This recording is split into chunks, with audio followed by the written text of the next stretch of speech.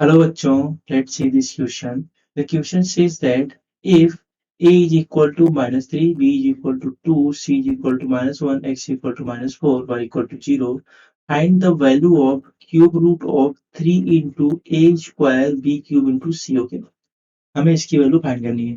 चलिए, मैं यहाँ पे आपसे कुछ की कॉन्सेप्ट डिस्कस करना चाहता हूँ। वो की कॉन्सेप्ट है, मान लीजिए आपके पास दिया हुआ हो अंडर रूट ऑफ ए, ठीक है। तो हम इसको कैसे लिख सकते हैं? इसको हम लिख सकते हैं ए पावर 1/2।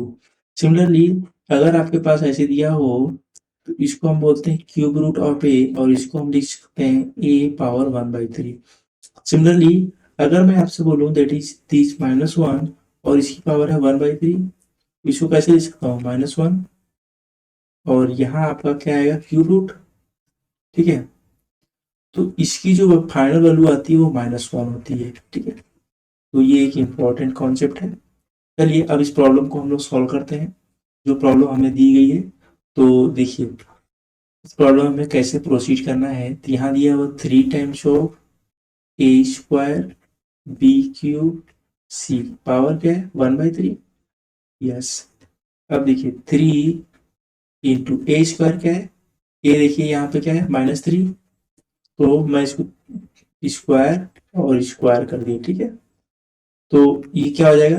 अगर स्क्वायर स्क्वायर मैं स्क्वायर ही लिख देता हूँ तो ये हो जाएगा स्क्वायर बी क्यूब, बी कितना है?